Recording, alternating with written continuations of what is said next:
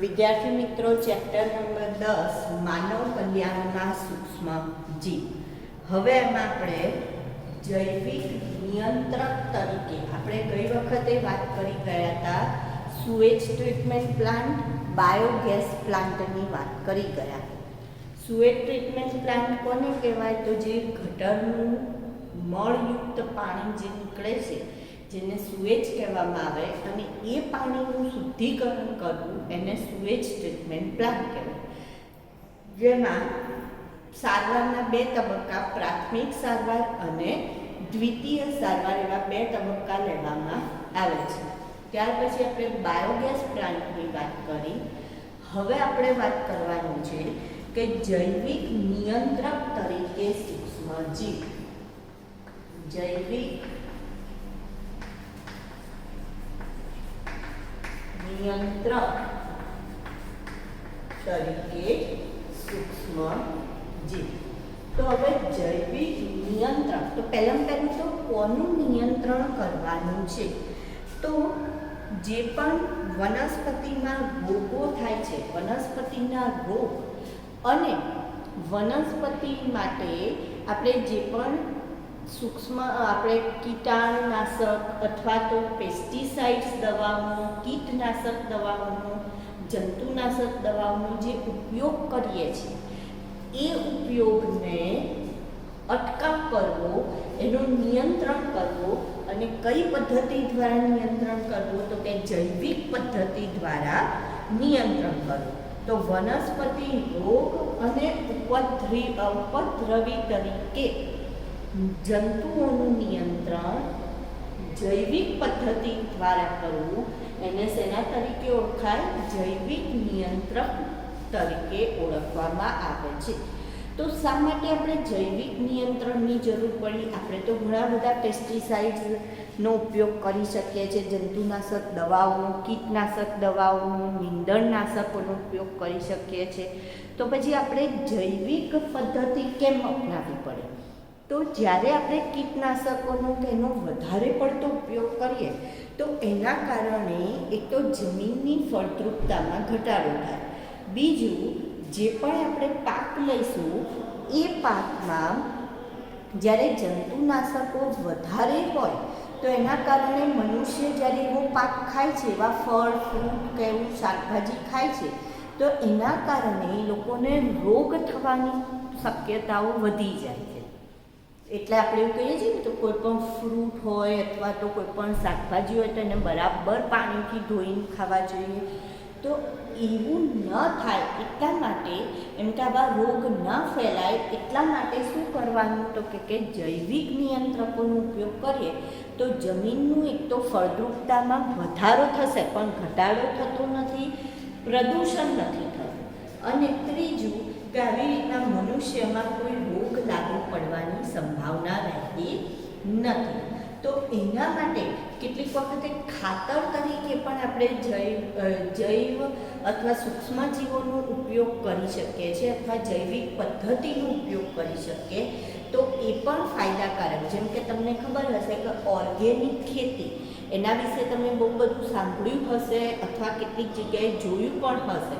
અને વચ્ચે પણ આપણે જ્યારે આપણી સ્કૂલમાં પણ એક વખતે સેમિનાર હતો તો આપણને એક પેન્સિલ આપવામાં આવી હતી કે જેની પાછળ, એ પેન્સિલની પાછળ બીડ્સ હતા, સીડ આપેલા હતા કે તમે જો એને રોપો તો એમાંથી કોઈ છોડ ઉગશે. તો એ શું છે? તો કે એ આપણા માટે એક જૈવિક પ્રકારનું, કારણ કે આપણે એમાંથી શું કરી શકીએ છીએ? તો કે એમાંથી આપણે પાક ઉગાડી શકીએ છીએ. તો અહીંયા પણ આવો એક કોન્સેપ્ટ એની અંદર રહેલો હોય છે. હમણાં નવો એક આપણને આઈડિયા મળ્યો કે બોમ્બેની અંદર એવા ગણપતિ, અત્યારે જે ગણેશ ચતુર્થી હતી ને એમાં ગણેશજી લાવ્યા હતા, તો એવા ગણપતિ હતા કે જ્યારે એનું વિસર્જન કરવામાં આવે તો એ વિસર્જન પછી થોડા દિવસ રહીને એમાંથી પ્લાન્ટ ઉગે, એવા ગણપતિ બનાવેલા હતા. તો આ જે છે એ શું છે? તો કે આપણને ખેડૂતો હવે આ રીતના નવી નવી પદ્ધતિ, નવી નવી ટેકનોલોજીનો ઉપયોગ કરતા શીખ્યા છે. તો હવે આપણે સૂક્ષ્મજીવોનો પણ આમાં ઉપયોગ કરીશું અને એના દ્વારા નિયંત્રણ કરીશું. તો ઉપદ્રવી જંતુઓ અને રોગોનું નિયંત્રણ. પહેલા આપણે ઉપદ્રવી જંતુ અને રોગના નિયંત્રણની વાત કરીએ કે એનું નિયંત્રણ આપણે કઈ રીતના સૂક્ષ્મજીવ દ્વારા કરી શકીએ. તો સૌથી પહેલાં એવું કહે છે કે ઓર્ગેનિક ફાર્મર છે એ લોકો જૈવ વિવિધતા એના પર વધારે મહત્ત્વ આપે છે અને જૈવ વિવિધતા જ સ્વાસ્થ્યની ચાવી છે એવું માને છે. તો જૈવ વિવિધતા સ્વાસ્થ્યની ચાવી કઈ રીતે? તો એ લોકો એવું માને છે કે જેટલા જૈવિક નિયંત્રકોનો ઉપયોગ કરીશું એટલું આપણી જમીનની ફળદ્રુપતા સારી રહેશે, એટલા જ આપણા જે પાક છે એ પાકની ગુણવત્તા ઊંચી રહેશે અને જો પાકની ગુણવત્તા સારી હોય તો સ્વાસ્થ્ય પણ સારું જળવાયેલું રહે છે.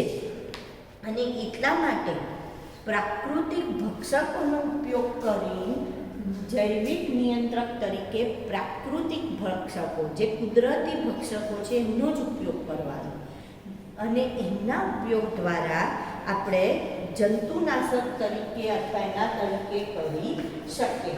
તો એવી જે ખેતી કરવાની છે ને આપણે કેવી ખેતી કહીશું? જૈવિક ખેતી તરીકે ઓળખીએ છીએ. જેની અંદર આપણે એક ઉદાહરણ લઈએ કે બીટી કપાસ, બીટી કોટન અથવા બીટી કપાસ. તો આ શું છે? તો કે બેસિલસ થુરેન્જીએન્સિસ નામના જે બેક્ટેરિયા છે, બેસિલસ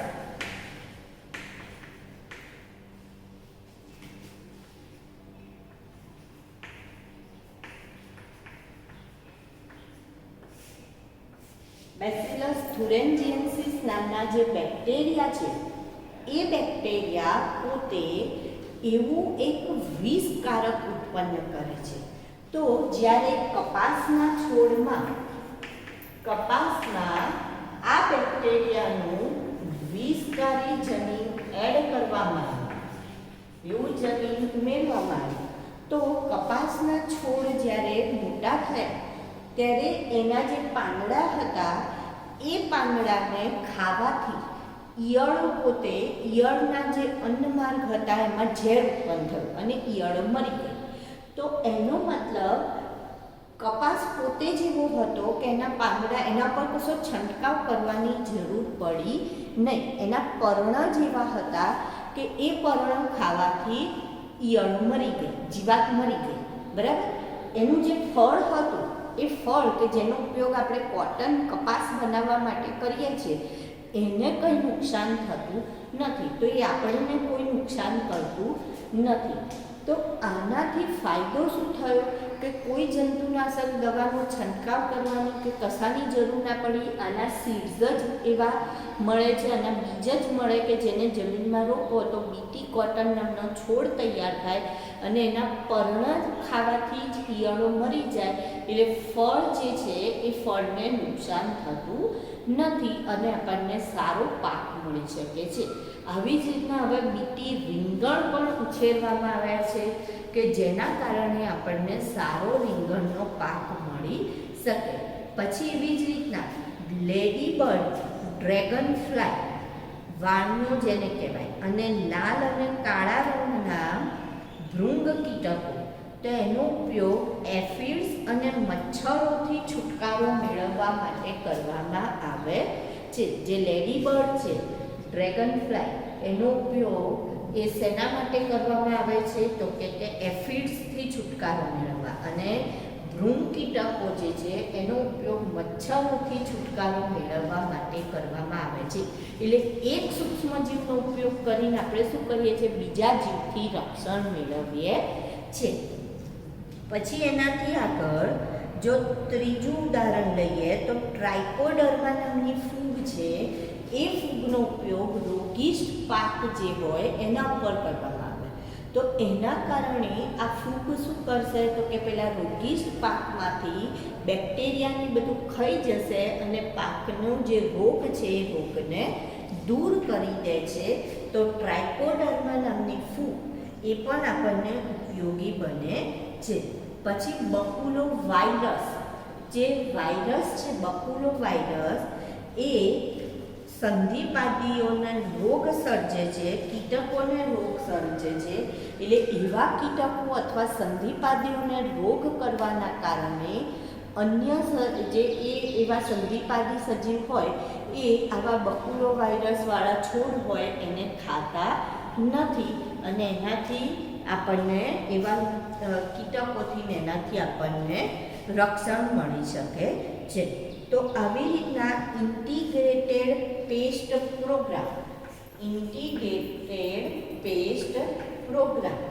બરાબર, integrated pest programme management IPM આવું એક મેનેજમેન્ટ છે કે જે શું કામ કરે છે તો કે આવા નિવસન તંત્ર હોય ત્યાં આવા જૈવિક કૃષિ માટેના એમ કે તમને નીંદણનાશક, કીટકનાશકોનો ઉછેર કેવી રીતના કરવો એના વિશેની માહિતી આપે છે.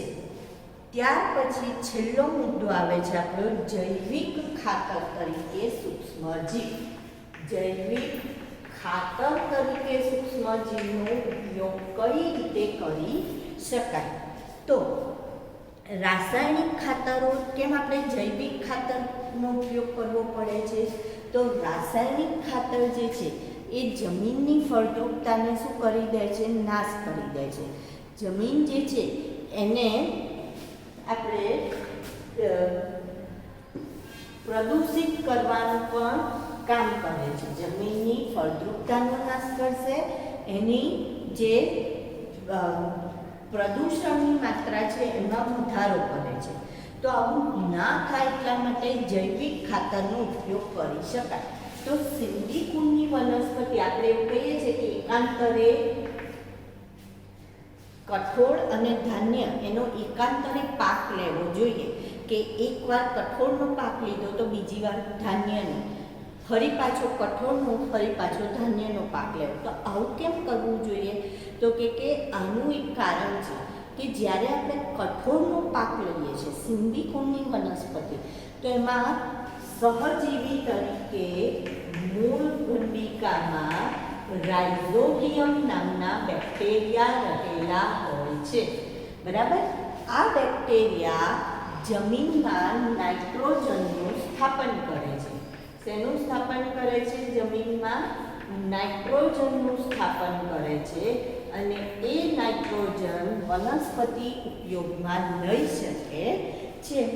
તો એના કારણે જમીનની જે ફળદ્રુપતા દૂર થઈ ગઈ હતી એ મળી ગઈ જમીનને. હવે જ્યારે આપણે ધાન્યનો પાક લઈશું એટલે ધાન્ય એ બધી ફળદ્રુપતા વાપરી કાઢશે. જમીન પાછી કેવી થઈ ગઈ? બિનફળદ્રુપ. ફરી પાછું આપણે કઠોળનો પાક લઈએ એટલે ફરી પાછી જમીન કેવી થાય? ફળદ્રુપ થાય. પણ જો આના જગ્યાએ આપણે સતત જો ધાન્યનો જ પાક લેતા જઈએ તો જમીનમાં ફળદ્રુપતા રહે નહીં, એટલે આપણે બહારથી રાસાયણિક ખાતર ઉમેરવું પડે. તો એ નુકસાનકારક થઈ જાય ને, એટલા માટે. તો સહજીવી તરીકે રાઇઝોબિયમ છે અને મુક્તજીવી તરીકે એઝોટોબેક્ટર અને એગ્રોબેક્ટર નામના બેક્ટેરિયા છે કે જે જમીનમાં નાઇટ્રોજનનું સ્થાપન કરે છે. એ જ રીતના સર્પાંગ બેક્ટેરિયા છે એઝોસ્પાઇરિલમ. એઝોસ્પાઇરિલમ નામના બેક્ટેરિયા જે જમીનમાં નાઇટ્રોજનનું સ્થાપન કરે છે. તો સહજીવી અને મુક્તજીવી બંને બેક્ટેરિયા ભેગા થઈને એ બંને બેક્ટેરિયા જમીનમાં શું કરશે? નાઇટ્રોજનનું સ્થાપન કરે છે. એવી જ રીતના ગ્લોમસ પ્રજાતિની ફૂગ છે એ માઇકોરાઇઝા, ગ્લોમસ પ્રજાતિની ફૂગ એ માઇકોરાઇઝા રચે છે. એટલે એનો મતલબ શું? તો મૂળની આજુબાજુ ફૂગનું સહજીવન એને આપણે માઇકોરાઇઝા તરીકે ઓળખીએ છીએ. માઇકોરાઇઝાનો મતલબ શું થાય?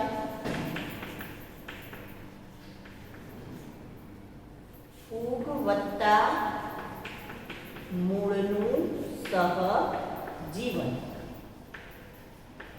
તો અહીંયા જે ગ્લોમસ પ્રજાતિની ફૂગ છે એ જ્યારે મૂળની આજુબાજુ આ રીતના રહેશે તો એના કારણે શું કરશે? તો કે ફોસ્ફરસનું જમીનમાં સ્થાપન કરે છે. ફોસ્ફરસ એટલે જમીનમાંથી મૂળને શું આપશે? તો કે ફોસ્ફરસ વનસ્પતિને શોષણ કરીને આપશે અને એના કારણે વનસ્પતિમાં વૃદ્ધિ થશે, રોગ પ્રતિકારકતા હશે અને સામે વનસ્પતિ શું કરશે? તો ફૂગને શું આપશે? તો કે એને રહેવા માટેનું રહેઠાણ, એને ખોરાક આપશે અને એને આશ્રય આપે છે. એટલે પોષણ અને આશ્રય આપે છે. પછી એવી જ રીતના એનામિના, નોસ્ટોક અને ઓસિલોટોરિયા જેવી જે લીલ છે એ લોકો સાયનોબેક્ટેરિયા જે સ્વયં પોષી સૂક્ષ્મજીવ છે અને પોતાની જાતે પોતાનો ખોરાક બનાવીને એની સાથે સાથે લોકો નાઇટ્રોજન સ્થાપનનું પણ કામ કરે છે.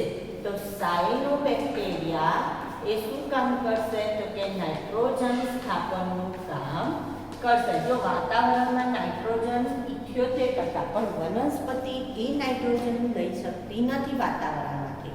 તો પહેલાં નાઇટ્રોજનનું જમીનમાં સ્થાપન થવું પડે તો જ વનસ્પતિ એનો ઉપયોગ કરી શકે. તો આ સાયનોબેક્ટેરિયા એ વાતાવરણમાં રહેલા નાઇટ્રોજનને જમીનમાં સ્થાપિત કરે છે અને એનો ઉપયોગ કરી શકાય છે. તો આવી રીતના અને જે બ્લુ ગ્રીન આલ્ગી અથવા સાયનોબેક્ટેરિયા છે સાથે સાથે કાર્બનિક દ્રવ્યો જમીનમાં કંઈ કે વિઘટન કરે છે અને જ્યારે વિઘટન કરશે તો એ શું કરશે? તો કે વિઘટનની પ્રક્રિયાના કારણે જમીનમાં એ શું કરી રાખે છે? તો કે જમીનમાં કાર્બનિક દ્રવ્યનો ઉમેરો કરતા જશે અને જેમ જેમ કાર્બનિક દ્રવ્ય ઉમેરાતું જશે તો એના કારણે કાર્બનિક દ્રવ્ય જેમ જેમ ઉમેરાતું જાય એના કારણે એની અંદર શેનો વધારો થતો જશે? તો કે એની અંદર ફળદ્રુપતાનો, જમીનની ફળદ્રુપતાનો વધારો થાય છે. હવે આપણે એના સ્વાધ્યાયના પ્રશ્નો જોઈએ. સ્વાધ્યાયની જો ચર્ચા કરીએ આપણે તો સ્વાધ્યાયમાં પહેલો પ્રશ્ન છે કે બેક્ટેરિયા નરી આંખે જોઈ શકાતા નથી પરંતુ તેને જોવા માટે સૂક્ષ્મદર્શક યંત્રની મદદ લેવી પડે છે. જો તમે તમારા ઘરેથી જીવવિજ્ઞાનની પ્રયોગશાળામાં સૂક્ષ્મદર્શક યંત્રની મદદથી સૂક્ષ્મજીવોની હાજરી દર્શાવવા એક નમૂનો લઈ જાઓ છો તો તમે કયો નમૂનો લઈ જશો અને શા માટે? તો જો આપણે ઘરેથી લાવતા હોય તો ખાસ કરીને ઘરેથી લાવવામાં તો તમે શું ઇઝીલી લાવી શકો? તો દહીં લાવી શકાય. દહીંની અંદર આપણે જોઈએ તો જો તાજું દહીં હશે તો એની અંદર તમને લેક્ટોબેસિલસ નામના બેક્ટેરિયા જોવા મળશે અને જો એ દહીં 2-3 દિવસ પડી રહેલું હશે તો એની અંદર તમને ઈસ્ટ જોવા મળે છે જેને આપણે માઇક્રોસ્કોપમાં અભિરંજિત કરીને જોઈ શકાય. હવે એની સ્લાઇડ કઈ રીતના બનાવી શકાય? તો સૌથી પહેલાં તમે જે નમૂનો લાવ્યા છો દહીંનો એ નમૂનાને સ્લાઇડ ઉપર લેવામાં આવે છે અને થોડી સ્પ્રેડ કરવામાં આવે. ત્યાર પછી એને જો આપણે બેક્ટેરિયાને ફિક્સ કરવા હોય, કોઈ પણ સ્લાઇડને ફિક્સ કરવી હોય તો એ સ્લાઇડને ઊંધી કરીને બર્નરમાંથી ફટાફટ આ રીતના આપણે 10થી 15 વખત આમ પસાર કરી દઈશું તો એ સ્લાઇડ ઉપર બેક્ટેરિયા ફિક્સ થઈ જશે. બરાબર? ત્યાર પછી એના પર મિથિલિન બ્લુ આપણે એડ કરી શકીએ જેના કારણે આપણને ઈસ્ટ જોઈ શકાય છે અથવા જો લેક્ટોબેસિલસ હોય તો આપણે હવે એને મિથિલિન બ્લુ ઉમેર્યા પછી થોડી વાર રહી એને મિથિલિન બ્લુવાળી સ્લાઇડને વોશ આપો, ત્યાર પછી ગ્રામ્સ આયોડિન જે આવે છે એ એડ કરો અને એનાથી વોશ આપો અને પછી સેફ્રેનિન એડ કરો. તો શું થશે તો કે જો ગ્રામ પોઝિટિવ હોય કે નેગેટિવ હોય એ પ્રમાણે એ કલર લેશે. તો કાં તો બ્લુ કલરના દેખાશે કાં તો તમને રેડ કલરના બેક્ટેરિયા જોવા મળશે. તો આપણે બેક્ટેરિયાને જોઈ શકીએ છીએ અથવા ઈસ્ટને પણ જોઈ શકાય છે. બીજો પ્રશ્ન છે કે ચયાપચય દરમિયાન સૂક્ષ્મજીવો વાયુ મુક્ત કરે છે તે સિદ્ધ કરતા ઉદાહરણ આપો. તો ચોખા, દાળ વગેરેમાંથી બનતું ખીરું ઢોસા અને ઈડલી બનાવવા માટે વપરાય છે. તેમાં જીવાણુઓ દ્વારા આથવણની પ્રક્રિયા થાય છે. તો આથવણમાં શું થશે તો કે જે ખીરું હોય છે એ આપણને ફૂલેલું દેખાય છે, જેનું કારણ છે કાર્બન ડાયોક્સાઇડ. તો આથવણની પ્રક્રિયામાં C6H12O6 આથવણની જે પ્રક્રિયા છે એમાં C6H12O6 એનું આથવણ થવાથી ફર્મેન્ટેશન જેને કહીએ અથવા આથવણ કહીએ તો ઇથેનોલ ઉત્પન્ન થાય. ઇથેનોલ ઉત્પન્ન થાય એટલે C2H5OH બને છે. C2H5OH અને સાથે સાથે કાર્બન ડાયોક્સાઇડ પણ મુક્ત થાય છે. અને એ કાર્બન ડાયોક્સાઇડના કારણે એ કોઈ પણ વસ્તુ આપણને પોચી લાગે છે, સોફ્ટ લાગે. તમે બ્રેડ કે પાઉં હશે એ પણ તમે જુઓ એ તમને સોફ્ટ લાગશે, પોચા લાગશે. બીજી વસ્તુ જ્યારે આપણે એને ગરમ કરીએ છીએ અને પછી જો તમે ખાશો તો તમને થોડા સ્વીટ ટેસ્ટમાં લાગશે, ગળે લાગશે. એનું કારણ શું છે તો કે જ્યારે આપણે એને ગરમ કરશું ત્યારે એમાંથી ઇથેનોલ એટલે કે આલ્કોહોલ છૂટવો પડશે અને આલ્કોહોલ જે છે એ સ્વાદે આપણને થોડું ગળ્યો લાગે છે એટલા માટે. તો બ્રેડ માટે પણ જે ઈસ્ટ છે એના દ્વારા પણ આથવણની પ્રક્રિયા થશે. તો એ ચયાપચય દરમિયાન સૂક્ષ્મ જીવાણુઓ જે વાયુ મુક્ત કરે છે એ કઈ પ્રક્રિયા છે? આથવણ. ત્રીજો પ્રશ્ન છે તમે કયા ખોરાકમાં લેક્ટિક એસિડ બેક્ટેરિયા જોઈ શકો છો? તેના કેટલાક ઉપયોગી પ્રયોજનો જણાવો. તો આપણે દૂધને દહીંમાં ફેરવવા માટે લેક્ટિક એસિડ બેક્ટેરિયાનો ઉપયોગ એની વાત કરી ગયા હતા. તો દૂધમાં જે શર્કરા છે, દૂધમાં કઈ શર્કરા છે તો કે લેક્ટોઝ શર્કરા એ લેક્ટિક એસિડમાં ફેરવાય છે. આ બેક્ટેરિયા લેક્ટોઝનું પાચન કરી કાઢશે અને કેટલીક વ્યક્તિઓને લેક્ટોઝ વગરનું દૂધ પીવાથી એલર્જી થાય. આ બેક્ટેરિયા વિટામિન B12 પણ ઉત્પન્ન કરે છે તેમજ અન્ય હાનિકારક સૂક્ષ્મજીવોની વૃદ્ધિ આપણા જઠરમાં અટકાવવાનું કામ પણ કરે છે. ચોથો પ્રશ્ન ઘઉં, ચોખા અને ચણામાંથી બનાવેલી કેટલીક પરંપરાગત ભારતીય વાનગીઓના નામ આપો. તો વાનગીઓના નામ બ્રેડ, કેક, ભટુરા વગેરે ઘઉંમાંથી બનાવવામાં આવે છે. ચોખામાંથી ઢોસા, ઈડલી, ઉપમા. ચોખા અને અડદમાંથી. ચણાના લોટમાંથી ઢોકળા અને ખાંડવી બનાવવામાં આવે છે. બધાના મોઢામાં પાણી આવી ગયું હશે. સૂક્ષ્મજીવની વાત કરીએ તો કયા સૂક્ષ્મજીવો એમાં ભાગ ભજવશે? બેક્ટેરિયા, સ્ટ્રેપ્ટોકોકસ અને લેક્ટોબેસિલસ. ઈસ્ટની વાત કરીએ તો કઈ ઈસ્ટ આવશે? સેકેરોમાઇસિસ સેરેવિસી નામની ઈસ્ટ આવશે.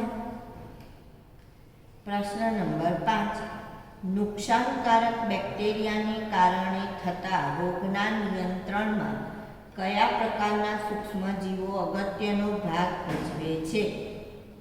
નુકસાનકારક બેક્ટેરિયાને કારણે રોગમાં નિયંત્રણ, તો જે એન્ટીબાયોટિક દવા છે એની વાત છે કે એન્ટીબાયોટિક દવા એટલે રોગ પેદા કરતા સૂક્ષ્મજીવોનો નાશ કરે છે, જે શેમાંથી મેળવવામાં આવે છે? ફૂગ અને બેક્ટેરિયામાંથી બનાવાય છે, જેમાં એક છે સ્ટ્રેપ્ટોમાઇસિન, ટેટ્રાસાઇક્લિન, પેનિસિલિન. પેનિસિલિન શેમાંથી બનાવાય? પેનિસિલિયમ નોટેટમ નામની ફૂગમાંથી બનાવાય છે, જે શરીરમાં સ્ટ્રેપ્ટોકોકસ નામના બેક્ટેરિયાની વૃદ્ધિ અટકાવે છે. હવે આ એન્ટીબાયોટિક શું કરશે? તો કે બેક્ટેરિયાની કોષ દિવાલને નબળી પાડી દેશે અને એનો નાશ કરે છે. જો કોષ દિવાલ નાશ પામી જાય તો આખું બેક્ટેરિયાનું સ્ટ્રક્ચર શું થાય?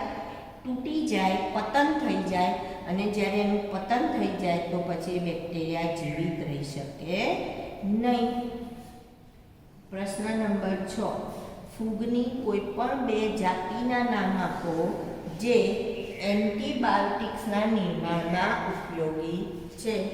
તો એક છે પેનિસિલિયમ નોટેટમ. કઈ છે?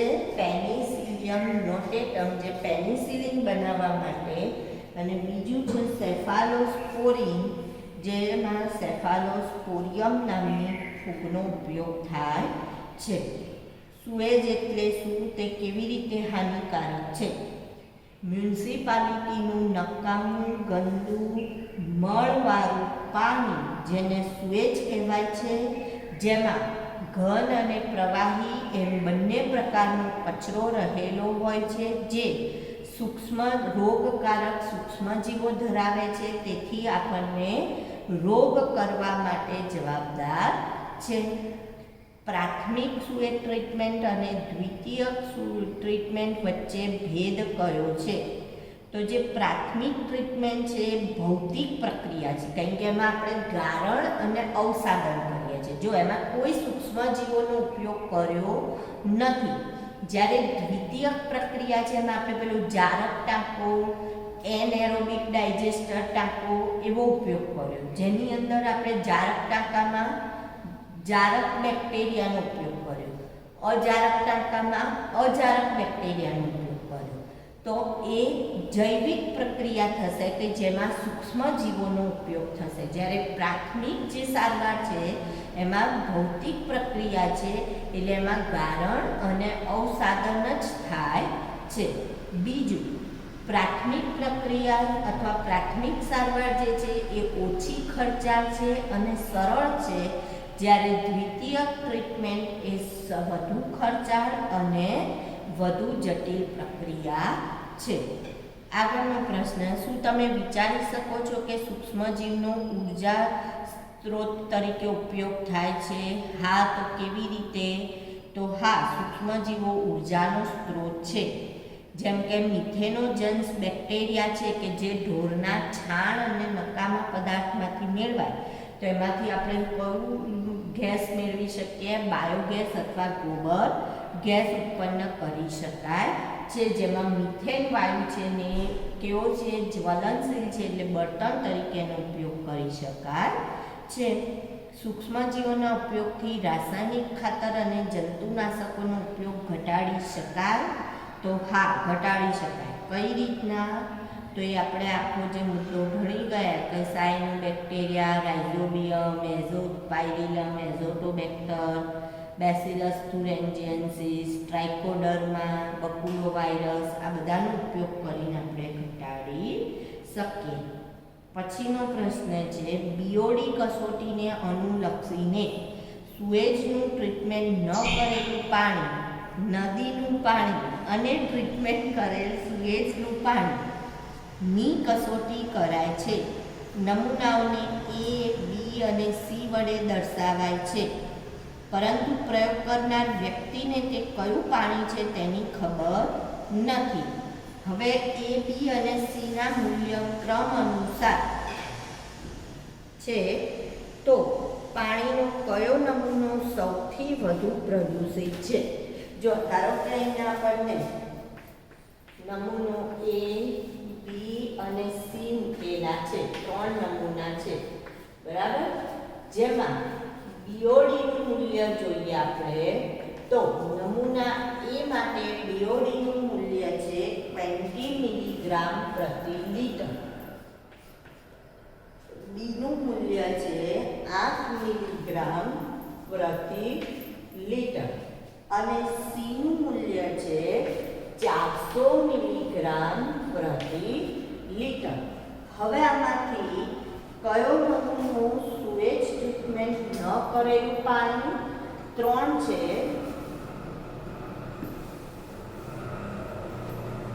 સુએજ ટ્રીટમેન્ટ ન કરેલું પાણી.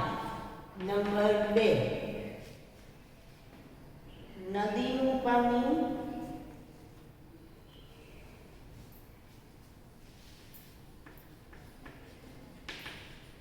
અને નંબર 3 સુએજ ટ્રીટમેન્ટ કરેલું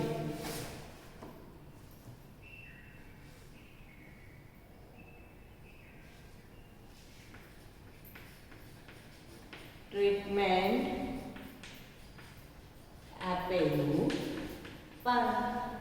તો તમારે હવે કહેવાનું છે કે આમાંથી કયો નમૂનો કયો હશે.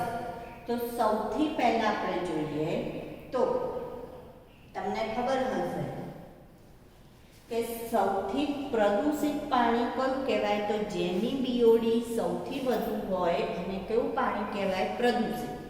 તો C નંબરની BOD સૌથી વધુ છે એનો મતલબ એ સૌથી પ્રદૂષિત છે. તો એનો મતલબ એ કયું છે? તો કે એ છે સુએજ ટ્રીટમેન્ટ ન કરેલું પાણી. જ્યારે ટ્રીટમેન્ટ આપ્યા પછી પણ આપણે કહું હતું કે પાણીનો પીવા માટે ઉપયોગ નથી કરી શકાતો. એનો મતલબ એની BOD કેટલી? તો કે 20 મિલીગ્રામ પ્રતિ લિટર. અને જે નદીનું પાણી છે એની કેટલી? તો કે એની 8 મિલીગ્રામ પ્રતિ લિટર હોય છે, જે સૌથી ઓછું પ્રદૂષિત પાણી છે એવું કહી શકાય. સૌથી ઓછું પ્રદૂષિત પાણી. તો 20 વાળું છે એ ટ્રીટમેન્ટ કરેલ સુએજનું પાણી, 8 મિલીગ્રામ પ્રતિ લિટર નદીનું પાણી અને 400 એટલે ટ્રીટમેન્ટ ન કરેલું સુએજનું પાણી જે સૌથી પ્રદૂષિત છે. આગળનો પ્રશ્ન, સાયક્લોસ્પોરિન A અને સ્ટેટિન્સ ક્યાંથી મેળવાય છે અને એનો ઉપયોગ શું છે? તો સાયક્લોસ્પોરિન એ પ્રતિરક્ષાશામક દવા છે અને ટ્રાઇકોડર્મા પોલિસ્પોરમ નામના ફૂગમાંથી મેળવાય. અને સ્ટેટિન છે એ રુધિરમાં કોલેસ્ટેરોલનું પ્રમાણ ઘટાડનાર દવા છે જે મોનોસ્કસ પુર્પુરિયસમાંથી મેળવાય છે. સૂક્ષ્મજીવની ઘટના માટે ભૂમિકા શોધો અને શિક્ષક સાથે ચર્ચા. એક કોષજન્ય પ્રોટીન એ વાત થઈ ગઈ. ભૂમિ એટલે જમીન અને એક કોષીજન્ય પ્રોટીન એટલે બધું એમાં જ આવી ગયું. એક કોષજન્ય પ્રોટીન અને ભૂમિ. અને છેલ્લો પ્રશ્ન છે, માનવ સમાજ માટે અગત્યતાના આધારે ઉતરતા ક્રમમાં ગોઠવો. બાયોગેસ, સાઇટ્રિક એસિડ, પેનિસિલિન અને દહીં. તો સૌથી પહેલું આવે પેનિસિલિન, કારણ કે બેક્ટેરિયાથી થતા રોગ સિફિલિસ, ડિપ્થેરિયા, ન્યુમોનિયાની સારવારમાં વપરાય. પછી બાયોગેસ રસોઈમાં ઉપયોગ થાય. પછી સાઇટ્રિક એસિડ જે ખાદ્ય પદાર્થોના પરિરક્ષણ માટે બચાવવા પ્રિઝર્વેટિવ તરીકે આપણે ઉપયોગ કરીએ. આપણે ઘરે પણ જો ચટણી કે કંઈ બનાવીએ તો એમાં લીંબુ નીચોવીએ છીએ. દહીં તો રોજિંદા જીવનમાં જેમાંથી આપણે એની અંદર લેક્ટિક એસિડ બેક્ટેરિયા હોય તો એના દ્વારા આપણે વિટામિન B12નો સ્ત્રોત છે અને જઠરના સૂક્ષ્મજીવોનો નાશ કરી શકાય. અને છેલ્લો પ્રશ્ન, જૈવિક ખાતરો જમીનની ફળદ્રુપતામાં કેવી રીતે વધારો કરે છે? તો આપણે જે માઇકોરાઇઝાની, એઝોટોબેક્ટર્સ, મૂળ ગંડિકાને એની વાત કરી ગયા. તો એના આધારે આપણું આ ચેપ્ટર પૂર્ણ થયું.